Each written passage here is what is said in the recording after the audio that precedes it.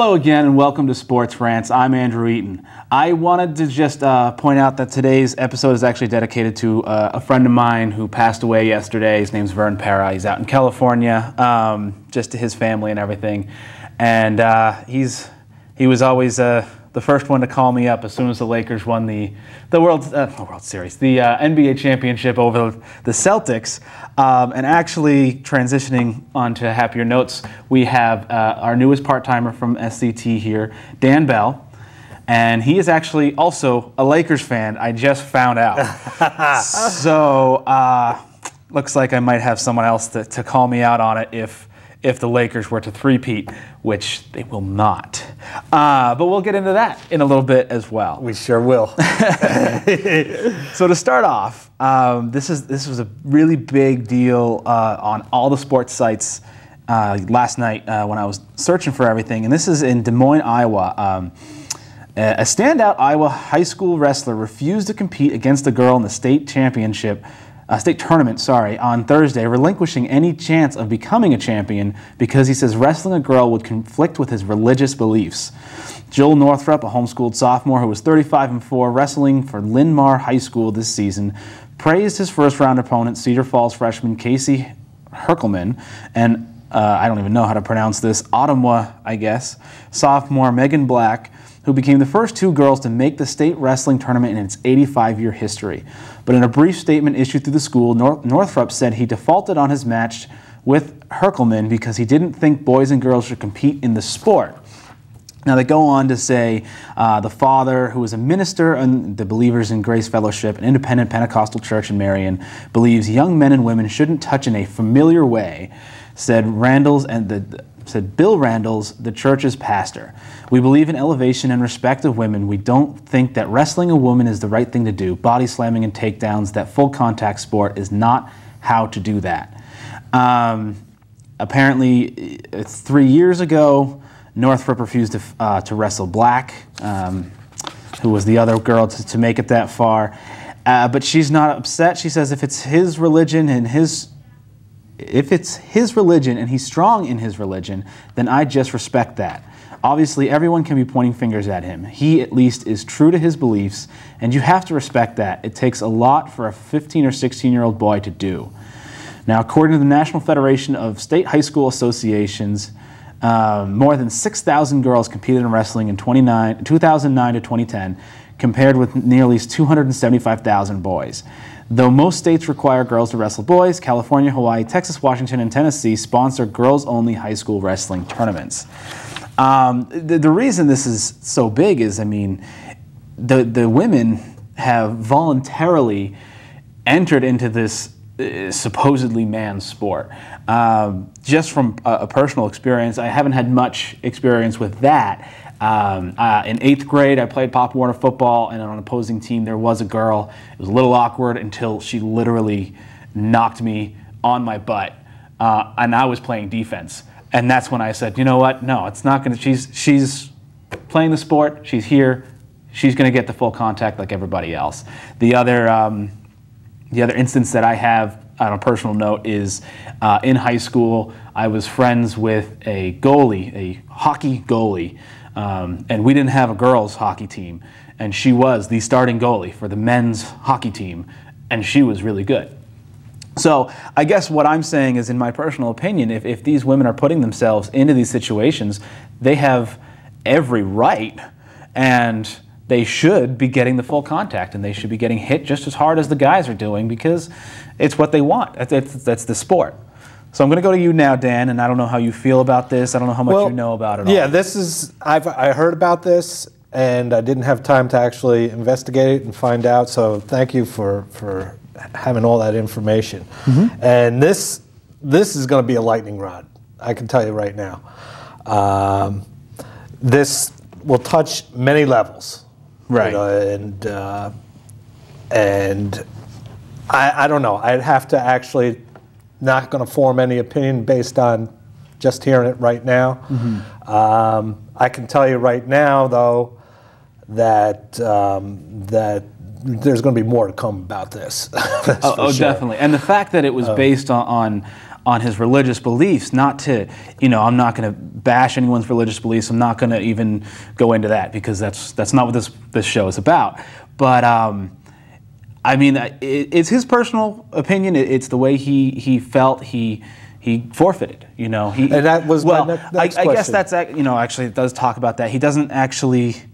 He defaulted, he didn't forfeit, so he was allowed to compete in the consolation rounds. So it took him out of medal contention, essentially. But, he could still place 4th, 5th, 6th, something like that. And probably will, because he's supposed to be one of the best in the state, was picked to win the state championship. I guess it really... I mean, it's going to be a hot topic probably for a little while. For sure. So was she awarded the win? Oh yeah, definitely. Okay. Yeah, so they spoke to her father, who said again, while it's his choice, he's agreeable to it. He's proud that his daughter is now could be competing in the medal rounds, and she could win. 2nd, 3rd, 4th. She could win it all. Yeah. You don't know. They're not really picking her to win it all. Yeah. But it doesn't mean she won't. Yeah. I'm interested in finding out exactly how it got to the level where now, boys against girls are competing, and which states are not allowing that, and where the legislation is, and is it across the board, or we got select states that will allow it, select states won't? It does say, though, most states require girls to wrestle boys. It's just California, Hawaii, Texas, Washington, and Tennessee have girls-only high school wrestling tournaments. Okay. Now, that might just be because, those are California, Texas, those are huge states. Yeah. They probably have a lot more girls wrestling that they could actually have a girls wrestling league. Yeah. Even going more local here, going back to the hockey thing, for instance, my friend who was female and was the starting goalie, they didn't have a girls hockey team in Harwich, but here in Sandwich they do. Yeah. So I think it's really more a matter of the state's ability to get the amount of girls to do it. There are some girls that play football. There's actually, I didn't print this one out because I wasn't planning on talking about it, but actually now that we've brought it up, I should have. There is a girl that is a junior in high school, I believe, and she's a phenomenal kicker. Punter and kicker, if I'm not mistaken. And, there are no female football leagues.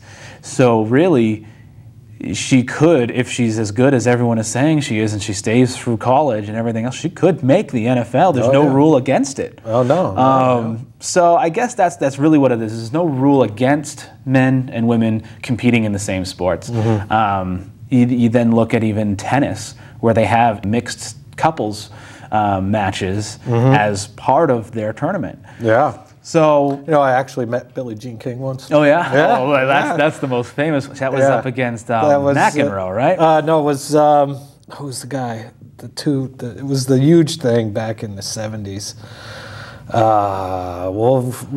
We'll put it in a graphic after the episode. Yeah, we'll put it in a graphic in post. But that was interesting. But yeah, and she killed him, didn't she? Yeah, she won. Close. I don't know how close it was, but I don't remember it being very close, just from seeing the highlights. But I wasn't there. Unfortunately, I was not born yet. Show my age. Sorry, sorry, Dan. That's all right. So. Anyway, again, it's my personal opinion that if a girl or a woman signs up for a man's competition of any kind, she should be able to experience the full effect of it. And if it's football, if it's wrestling, if a full contact sport like that, she's going to get hit and she's probably going to get hurt. Yeah. Maybe it's being raised by a feminist that I was, but. It's equality, I would think. I don't think I don't feel that they should be taken easy on if they're going to sign up for it. Yeah, I've got a few life experiences with situations where you would think that people would back off.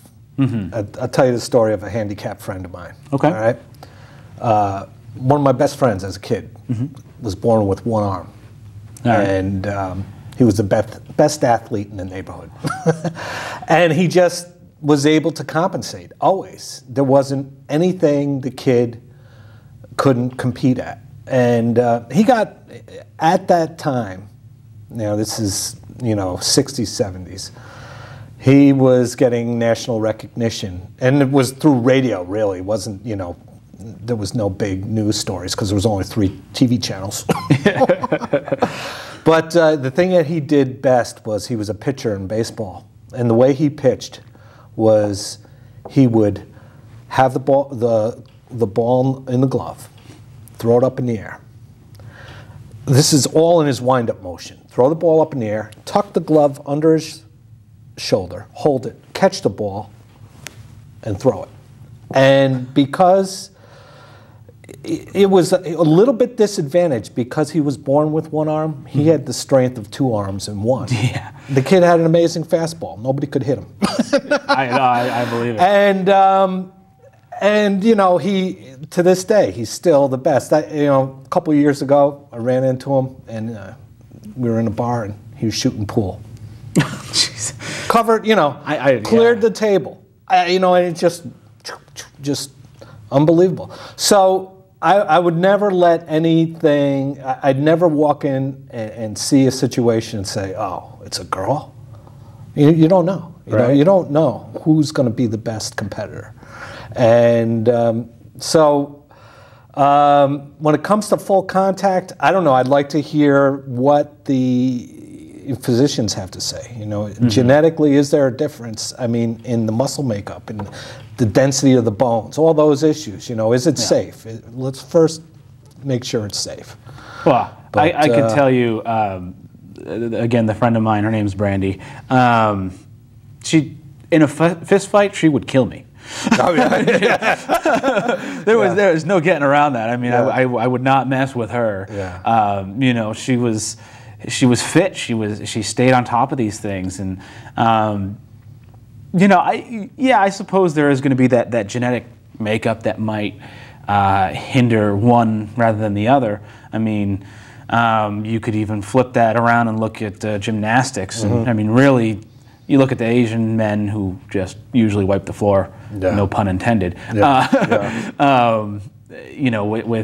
With in the men's section, but the women's, I mean, it is or figure skating or anything like that. There are men that compete in that that are very agile, and they're very flexible, and they can do that. So I would say, again, I would imagine that these girls have been cleared by their doctors to be able to do this, or else they wouldn't have done it. I mean, I mentioned last week that I played football and I want to play football again. I actually had to see a podiatrist. I have very flat feet that always hindered me from doing any sort of super active sports because I would get injured, pull my Achilles and all that stuff. I just got cleared as long as I get a nice, really expensive insert. And hopefully I'll be playing again this summer. So I mean, I would imagine, I would hope that these women would do the same thing that the men do and get checked out and make sure that they can physically handle the hits and all that. So. As I said, this is a lightning rod, and there'll be more to come about it all, I'm sure. Definitely. So we'll keep our eye on it and see how it goes. Now, I mentioned the Lakers. Of course, I was born and raised in Massachusetts on the Cape, so I am a diehard Celtics fan. Admittedly, in football, I was young and I didn't know when the Cowboys were winning, so I was like, "Yeah, go Cowboys!" It wasn't until about 4th grade, that I finally smartened up and realized that we have a home team, and they were terrible. I think they were 4-12. No, it must have. Yeah, 4-12 sounds about right. At that point in time, and I was like, "Hey, they're underdogs. I like them." So I've been a Patriots fan since. But basketball, always been a Celtics fan, and last night was the last 2 games before the All-Star break. So officially, this weekend is the All-Star break. and I have the standings here. So if the season ended right now, in first place in the Eastern Conference is the Boston Celtics. Miami, who is supposed to be this team to beat with their new big three. Well, it's going to take a while. You know, they started terrible. They started well under 500, but now they are actually tied with Boston. They've played 2 more games, 1 win, 1 loss, and the last 10 games they've won 9 of them.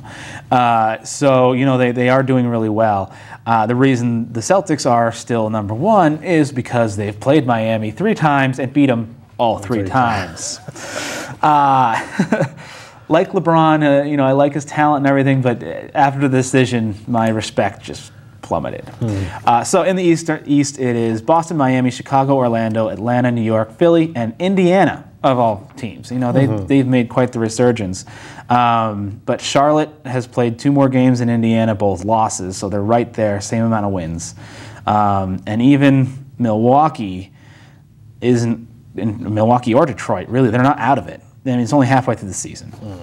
In the Western Conference, in the number 1 place is not the Lakers. It's the San Antonio Spurs. Number 2 is Dallas. Number 3 is the Lakers, then Oklahoma City, Portland, New Orleans, Denver, and Utah. Now, the Lakers are actually 8.5 games back from San Antonio and 2.5 back at Dallas. They're on a 3-game losing streak right now. You know, everyone said it was going to be a Lakers-Heat finals, and I'm not seeing it. You know, it happens. It always happens to the champ. You know, and it happens every year. You know, they win it, and then they try to make a run in the postseason, and you know they're lucky if they make it into the second round. I don't know how the Lakers did it last year. You know, winning back to back. But you know, I just had to throw that in there. I just want to point out that Lakers fans like to say that they're only 1 championship behind the Celtics, who have 18, and the Lakers have 17. Right. Yes. That is not accurate. Not entirely accurate, I should say. Yes, the Lakers, but half of those, I think, were the Milwaukee Lakers, Minnesota Lakers. Yeah, the Minnesota Lakers. That's right. You know, and no, it's not half of them. I think 4 or 5 of them are still. Okay. So if you factor you don't carry that those in, forward, the LA Lakers, which is really where the rivalry came from.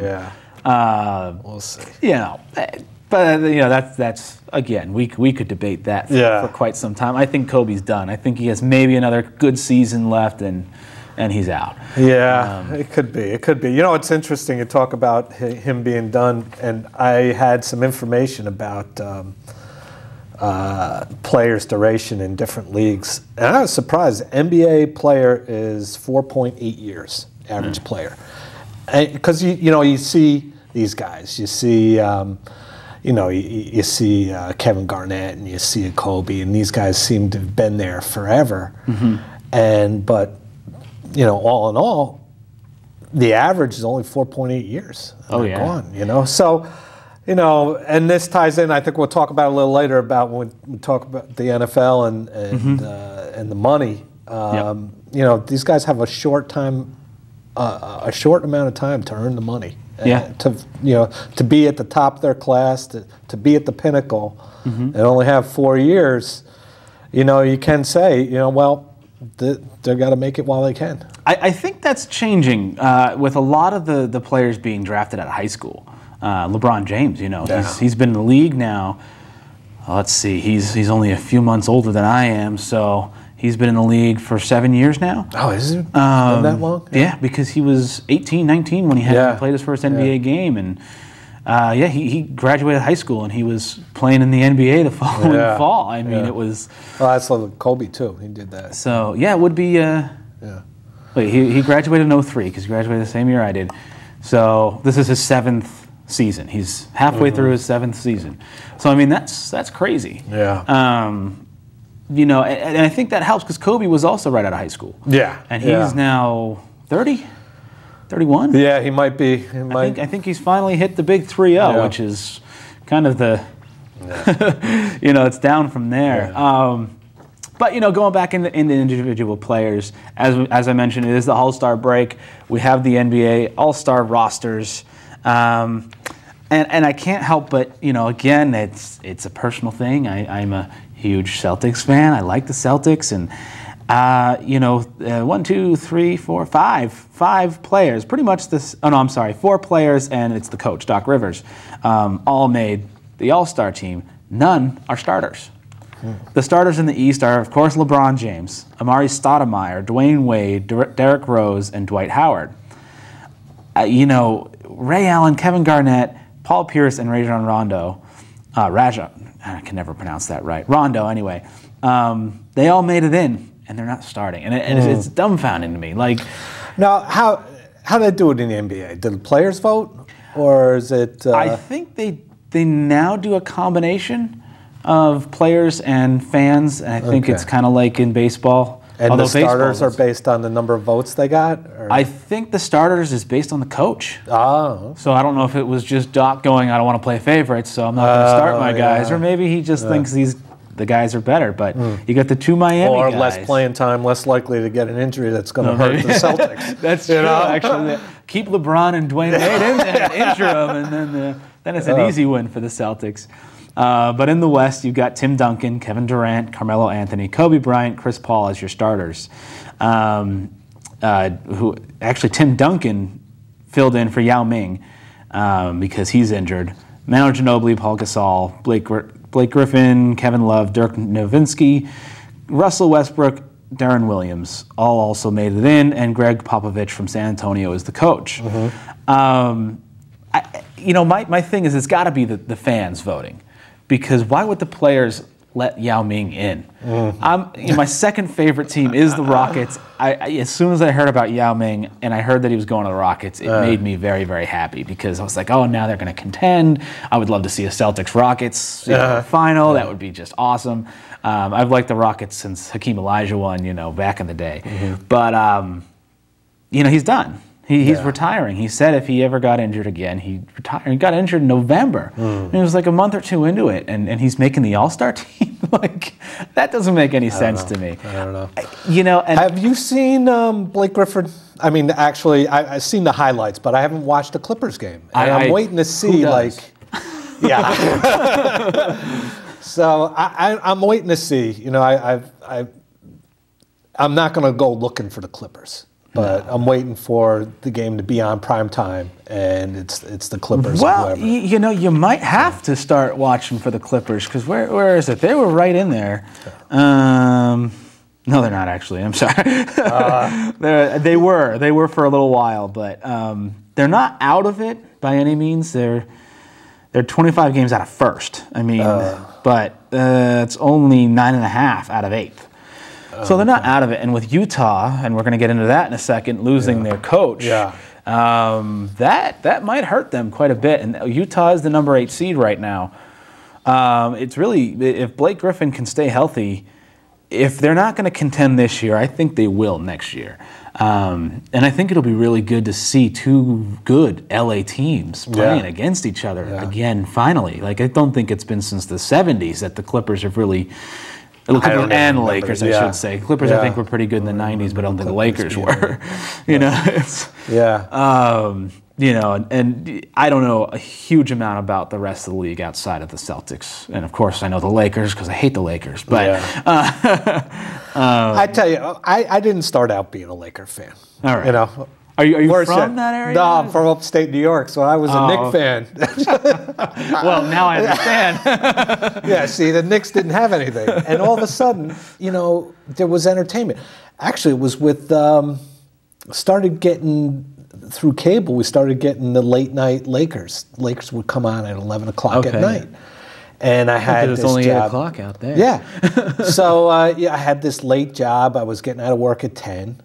And I'd come home and boom, we can watch the Lakers. So, and it started to be, it was that, James Worthy, Magic Johnson, Michael Cooper. It was all that. So you're watching fast break basketball. And all of a sudden, and really, it didn't really exist too much until that time. You know? Yeah, it was really the Lakers and the Celtics again. They both did. They played throughout the entire NBA history that I can think of. The Lakers and Celtics have always played similar basketball until the last about 10 years, where the Celtics have, I wouldn't even say that long, 5 years maybe, that the Celtics have really started to play defense. And the Lakers kept going into a scoring team. And that's why it's so fun. And if it weren't for the referees' horrible calls in Game 7 of last year, had to put it out there. Well, you know what? To your credit, though, Kobe. When I was watching that game, I was like, Kobe's choking. He's choking. And he was missing from the line. But the thing he did, he stepped up on the rebounds, and he was going after loose balls and grabbing rebounds. And he was hurt too, and it didn't come to light that he had pulled a muscle or something. I'll give him credit. To his credit, he plays through anything. He played through it. And he does that, and it's more than I can. Of course, I'm going to draw a blank on his name. Bynum, Andrew Bynum. Who. He's injured again already. Isn't he? Well, they're not big guys. They just have a hard time with the knees. And that's where I was really going to go with all this. Is I was going to bring up Yao Ming again, and you're mentioning how short the average time span is for a career in the NBA, and I think that's really what it is. Is these guys are so tall that their knees just go. I mean, they just. Well, who's the guy who was #1 draft choice, and he's yet to play? He's got that was Blake Griffin, wasn't it? No, it was the guy. I can't remember his name, but he was #1 draft choice. Goes down for the first season. Wait, this year? It was 2 seasons ago, I think he was. He was in the Final Four. Oh yes. But I mean, already, and it happens a lot. Can't come up with his name because you're not seeing him. You don't. I think he's played 2 games or something like that. That's another name we'll put in the graphic. I think John Wall is another one. I don't think he's doing anything this year. I'm not hearing anything about him. I haven't heard much. I heard a little bit. He had a really good game against the Cavaliers, who are now the worst team in the league. Who just beat the Lakers, by the way. And I think ended their losing streak. No, it wasn't with the Lakers. Who'd they beat to end their losing streak? They went into OT, though. I saw that to pull out. With the Lakers? No, to beat their losing streak. Oh, okay. Yes, I would have loved to have seen the game. But it's sad that they beat the Nets. Actually, it wasn't even the Nets never made it. They were 1 game short of tying that was. It's the Nets, but they're coming back. They might get Melo. Who knows? Yeah. Well, the Lakers might get him too. No way. I read about that. I almost printed it out, but the GM, I don't know his name. He said he doesn't think he's going to make any major moves. Oh no. He thinks he's content. Which is surprising because isn't Artest still on the team? Well, that was it. I think they're if he goes or they get rid of him. I think that was going to be it. It was going to be Artest and a couple other bench players were going to go for Melo, and the Nuggets want too much for him anyway. So I think the Nets are the only ones who can afford him. I mean, the Lakers would have to give up too much, I think. Bynum would probably have to be in there. A healthy Bynum would. And he's only his third year. He's third year, second year. No, he wasn't. I was going to say third or fourth. But I think he's only played 1 full season. And he's another one didn't go to college, right? He come right out of high school? I think he did 1 or 2 years of college. That's interesting. Now, I imagine the league has some sort of restriction, got to at least be 18. Yeah. But, if not, I know you definitely have looking at the high schools. Well, actually, I wonder if you got parental consent. If you're so, let's stay on the NBA for a little bit. Okay. We actually got I've got 2 more stories on the NBA. Okay. The next one is I touched on it. You were the one who actually mentioned it before my last week's episode. Utah Jazz coach Jerry Sloan resigns. This is from ESPN. I've got a few things highlighted here. Hall of Famer Jerry Sloan stepped down Thursday after 23 seasons and 1,127 wins at the helm of the Utah Jazz, saying he simply ran out of energy to coach anymore. Longtime assistant Phil Johnson also resigned, surprising even Sloan during their post-game chat Wednesday night with general manager Kevin O'Connor. I came with him and I'll leave with him, the 69-year-old Johnson said Thursday. You know, I'm just going to paraphrase the rest of it, but the CEO says they were not pushed out. No one pushed them out. But two sources close to the situation said Sloan reacted angrily during the home loss when guard Darren Williams, who is their star, called a play on the floor that was different from the one Sloan called from the sideline. That led to an emotional dispute at halftime, which was followed by Sloan's closed-door meeting with O'Connor after the game. Now, Sloan was the longest tenured coach in the 4 major professional sports, and just said that it was insisted that was not the final straw. Just a little history on him. He's 3rd all-time in wins. The only people ahead of him are Don Nelson and Lenny Wilkins. Wow. I didn't realize that. Yeah, and of the top 5, he was one of 2 that were still coaching. Phil Jackson is the other one. You know, but also I'm looking next to his name, there's 0 titles in there. Yeah. And of course, Phil Jackson's got 11. Yeah. So, I mean, coaching-wise, he's still probably going to make it into the Hall of Fame again as a coach. Yeah. He is a former player who played in Chicago. Did it say at all how many conference titles he had? It doesn't go into that. You know, he had a lot. The run with. It might go into. Who was it with? Who were key players? Stockton. Yeah, Stockton and Malone. Malone, exactly. They should have. They just ran into a hungry Jordan. That was it. Yeah, you know? That's right. That was right around the same time. So it was, you know, and then I think Malone did win one with the Lakers when he went. Did he? Might have. I don't remember if he actually won one or not, but he did go to the Lakers, and you know that's where people go. They go to the Lakers or the Celtics to win titles. So, you know, it's interesting. When did Utah play the Bulls? Was it right before Jordan left to go play baseball? For the title? Yeah. See, again, like you're talking to me in a sport that I don't know much of the history of besides the Celtics. It was. God, I'm gonna say it had to be like 94 maybe. If I was gonna take a stab at it, I would say 93, 94 season or 94, 95 season. Yeah, I think it was 95 that Jordan went to play baseball. So you might be right. Yeah. Yeah. But I mean, that was just not good luck for Utah to be hot at that time.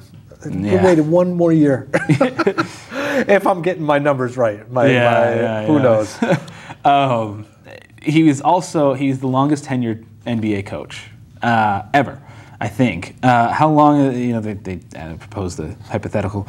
When he took over the Jazz on December 8th, 1988, 40 current NBA players hadn't even been born. So I mean, that's you know, it's actually. Again, of the top 5, you've got Jerry Sloan, hired date December 9th, 1988. The next one is Greg Popovich from the Spurs, who was hired December 10th, 96, 8 years later. And then Doc Rivers of the Celtics in 04, and Phil Jackson's second tenure with the Lakers in 05. Wow. George Karl also in 05 with the Nuggets. But, I mean, 8 years between him and the most recent... I'm getting my words all mixed up. Anyway. Now, how old is he? That's a good question. I'm going to say he's early 70s, or? I would imagine so. It could be he just is like, this is ridiculous. I mean, the NBA schedule is pretty tough. You're going around, you could be... You could be gone from home for 2 weeks straight, you know, on the road. Oh yeah, I mean it's got to be rough on family and all that stuff where you're just gone, unless the family travels with you. But if you've got young kids, or I don't know. I'm sure too. It's just a matter of, you know, it doesn't matter how good the hotel room is. It's a hotel room. It's still a hotel room. Yeah, you know, it can't be easy on these guys, and you got to reach a certain time where you just. You gotta hang. It could be too. Yeah, it's like, come on. You know, you're dealing with these kids coming in. They're 22, 23 years old. You know. And Darren Williams is is 22. And at some point you're like, I'm sick of being these kids' parent. Yeah. You know? I mean, it's like, and you have to be. And I think that, you know, they say it wasn't the last straw, but I mean, Darren Williams, I'd never heard that he was that much of a problem player. But of course, you never know. You never know what happens in those locker rooms and stuff like that unless you're there. Yeah. And I don't know. It's like Phil Jackson in our test. You know, like I said, you know, I'm just Celtics Lakers. So that's what I really know. But, who knows what the moment was? Yeah. There was an interesting. I was watching ESPN, and they were asking Herschel Walker about this whole come back to the league thing. Okay. And, you know, it got blown out of proportion. Did he actually make it back in the league? No, he was like, no, this is like recently, like he's going to be 48 or 49, or even, I don't know, might be turning 50. But he wants to play again, he said he wanted to play again, but jokingly. Oh, and I thought the he press, was serious. Yeah, the press took him seriously, and he said, I think I could play again, or something like that. And they were like, oh, he wants to play again. Anyways, talked about why he retired, and he said, because when I got into a huddle, you know, my last year, there was a couple kids there that were calling me sir because I actually played with their father. It's like, it's time to go. That might be time to go. But, you know, that happens in baseball all the time. I think baseball probably has the longest career length. Yeah. But there was even the Griffeys, the Ken Griffey. Oh, yeah. The Ken Griffeys, because it was Ken Griffey Sr., Ken Griffey Jr. They even played on the same team briefly before Sr. became, he was a batting coach or something for the Mariners. Yeah. And then he went to Cincinnati, and so did Junior, and then, you know, so they do have that. It's interesting to see that in the NBA, though. Like, I think that would definitely make me go, well, you know, that might be time to retire. Yeah. I don't know. You know, it's hard. If it was the end of the season, you wouldn't have all this speculation, but boom, right in the middle. Right in the middle, exactly. You know, it's like, you know, it was only a week and a half ago that he did it, so you know, you just gotta wonder. And where are they in the standings? I don't even know. They're the 8th seed. Oh, okay. And it's, you know, they just lost their coach.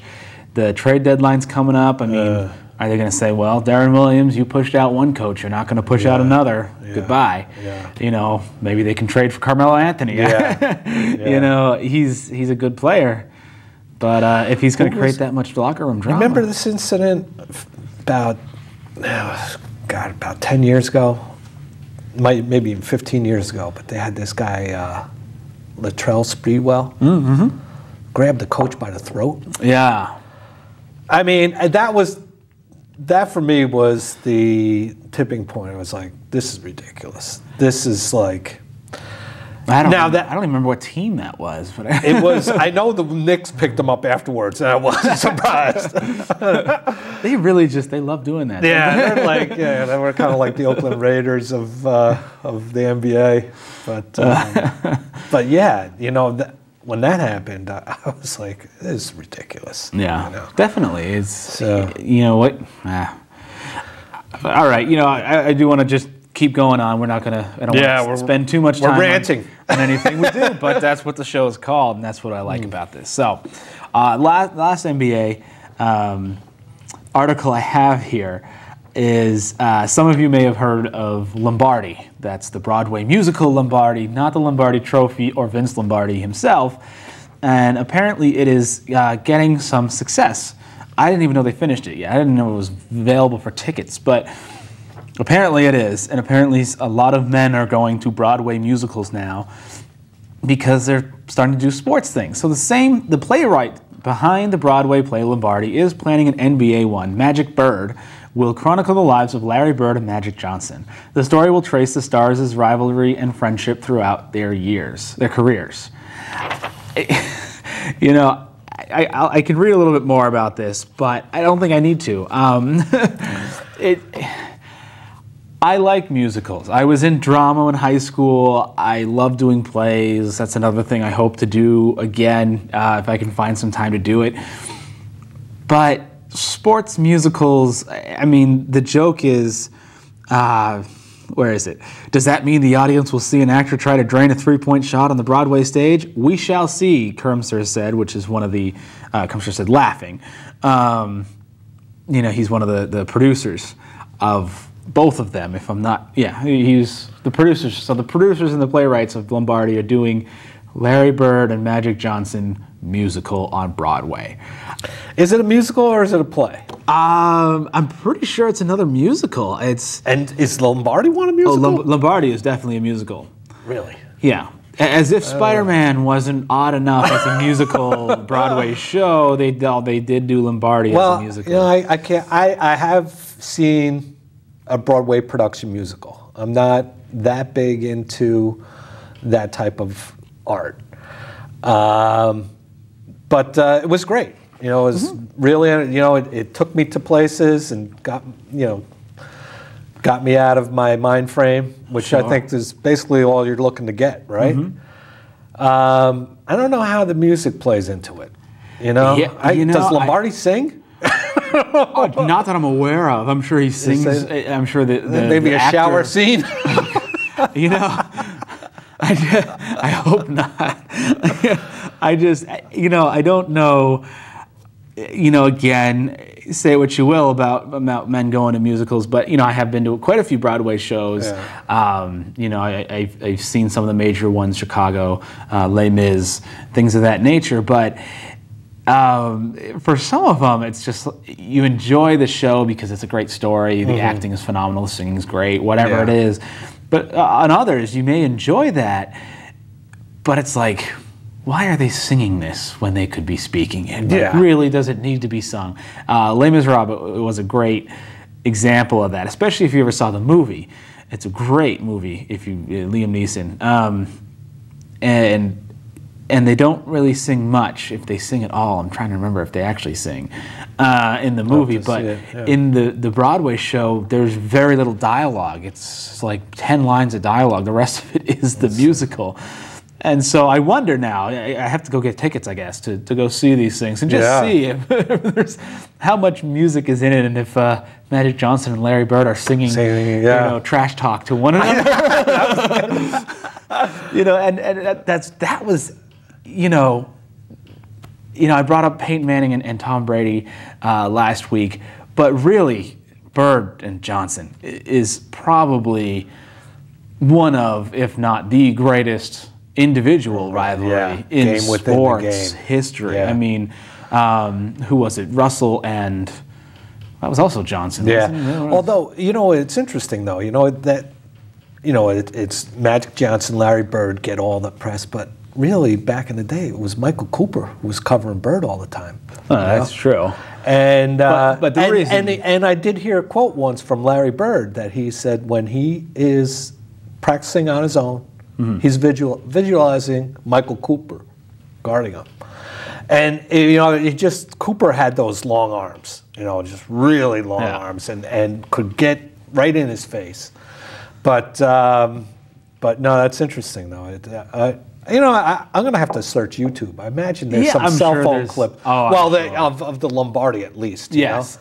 When is this supposed to break? This 2012. Oh, really? So they'll probably do a lot of the production, casting, and all that over the summer, and start building the set over the winter, and probably spring of next year they'll be airing it. I mean, I remember hearing about Lombardi only 6 or 8 months ago. So the fact that if they're actually already selling tickets and selling out or whatever, that's impressive. I didn't think it would get that much fanfare, but like Lombardi being backed by the NFL.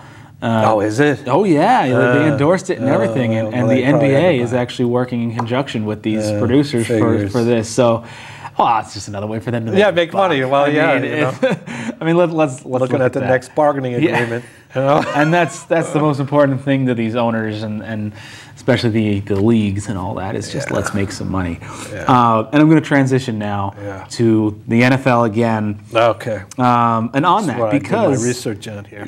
This is another hot topic this winter is if you haven't heard, the NFL Players Union and the NFL Owners Association, or whatever they're called, are in an argument, and really it's the owners that are demanding more money, and they're threatening the lockout. So not a strike like baseball had, hockey's had, and I think the NFL had one time. This is, I think even hockey had one. Did I say hockey? Yeah, hockey had one. They're the ones that paid dearly. They lost fan base. They lost huge amounts, and I think it was some of the fights that have brought them back. Yeah, but we'll get into that in a moment as well. So it's the owners are asking, and I'll read the quote in a minute, but they're asking for more, and the players union are saying, you can't have this more. We're the ones out there putting our lives and livelihoods on the line every game for you. You need to work with us, and not the other way around. And I can appreciate that to an extent. But let me just dive right into this. Again, this is from ESPN. 2 weeks from the expiration of the collective bargaining agreement, the NFL and its players' union agreed Thursday to mediation in their labor dispute. The Federal Mediation and Conciliation, I guess that's right, Service, an independent U.S. government agency, will oversee negotiations in Washington beginning Friday. That's today. Anytime that both sides' negotiations can get together, whether through conventional means of bargaining or mediation, to come to an agreement that can be beneficial to all parties is a good thing. The NFLPA president, Kevin Mawa, I don't know if I'm saying that right, told the Associated Press in an email. So Friday will begin the first of 7 straight scheduled days of negotiations between the league and the players' union.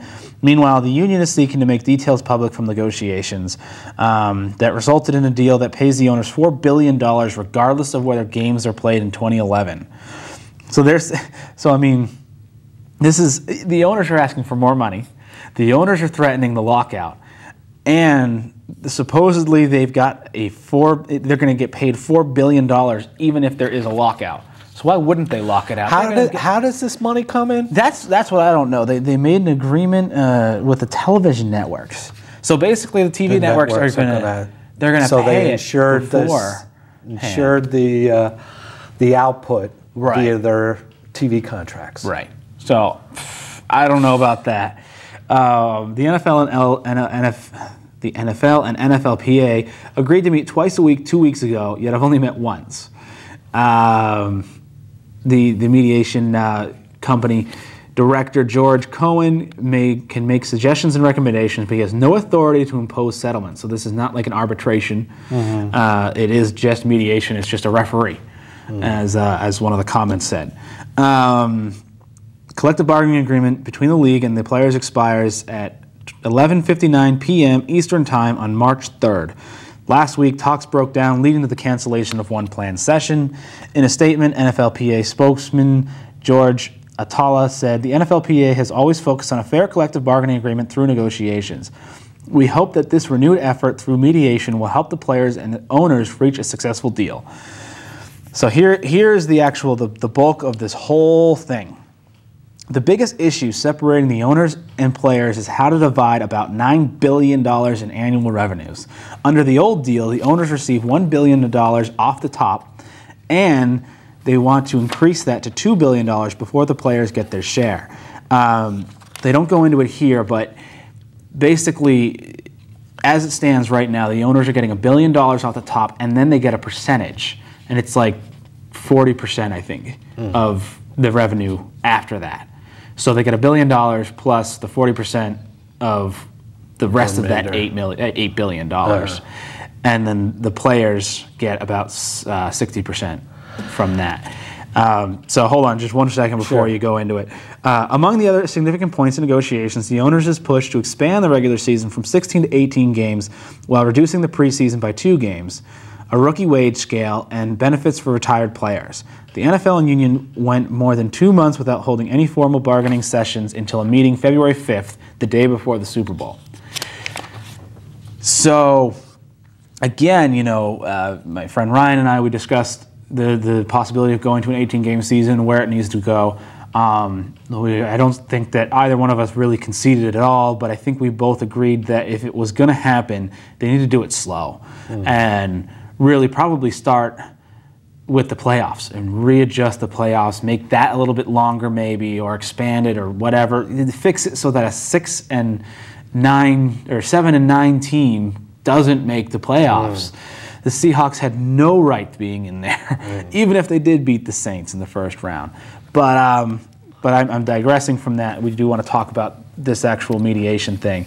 I just have one more article to read that. Okay, yeah. So this happened. This was from Valentine's Day, Monday, February 14th.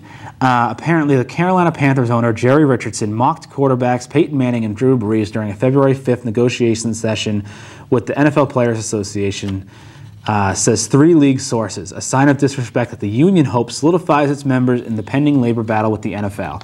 Apparently, Richardson was particularly sarcastic when Manning started to talk about players' safety. At one point, Richardson evidently said, "What do you know about player safety?" Richardson is the only former NFL player to own a team and has been considered one of the staunchest proponents of the hardline tactics in the current negotiations. So, recapping just briefly, that was a lot of information thrown your way. The owners want an extra $2 billion off the top. So of this $9 billion in revenue, they're taking $2 billion right off the bat. Then from that remaining $7 billion, the players would get 60% of it, and the owners would get the remaining 40%. Does that seem unreasonable to you? I don't know, because I look at it like, what's fair is fair, all right? Now, what industry are we going to compare this to? I think the closest one would be the entertainment industry, of like movie making and stuff like that. These guys are entertainers, all right? What I'm hearing, I didn't realize this, that they want to go from a percentage that they're getting now to a locked-in number. Unless they... No, not quite. What it is right now they get $1 billion right off the top. Yeah, and then 40%. And then 40%. So now they want $2 billion and then 40%. Oh, they will still want the 40%. Oh, they still want the 40%. But they want an extra $1 billion, essentially. Yes. And so the 40% will be reduced, but they get the $2 billion. They get an extra $1 billion off the top. Now, that's just saying, I think it was the 2010 numbers that they brought in $9 billion, and that's what they're going by. You know, it could be more, it could be less, give or take a couple $1 million. I mean, I don't think it's going to be anything significant on that scale. I mean, my thing is the owners are getting paid much better than the players, in the fact that more often than not, they also own the stadium. Like, let's look at Jerry Jones and the Cowboys. He owns that stadium. Yeah. You know, he sunk $1 billion. No, it was $1 billion stadium. He sunk something like $20 million of his own. Oh, more than that. Money. I think he's financed over half of it. Is that what it was? Yeah. I know he's financed a lot, but I think he actually wrote out a check for some ridiculous thing. But it's getting ridiculous though. And my question is have they hit the pinnacle? And if not, when do they hit it? And then what's the other side look like? At some point, they're going to hit the walkaway price. Fans are just going to be like, you know what? It just doesn't make sense to attend the games. I get a better picture on my HD screen. Yep. Don't have to pay for parking, you know. So there's going to be a change. And when that change happens, has the NFL made themselves ready for it? Are they, are they steering the change, or are they reacting to the change? Right. The Jerry Jones thing, you know, I couldn't believe this. What I had heard was that they put up, the stadium cost $1 billion. They got private funding or public funding from the community for $350 million, and then he paid the rest. I think the initial figures were like a $500 million stadium, so he wasn't going to put in all that much, but he just wanted the cream of the crop. Well, he's got the 2 largest HD televisions in the world. Yeah. So they're 82-foot screens or something like that. I mean, it's ridiculous. I mean, how can you not?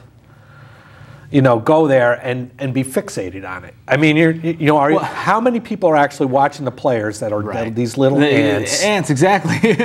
The other thing I'm wondering is, when you're at the game, are you looking at the same angle as you would see the field? Like, if you're just looking at a network broadcast, which is always from one side of the field, and you happen to be on the other side of the field, then it's going to be very confusing. I don't know.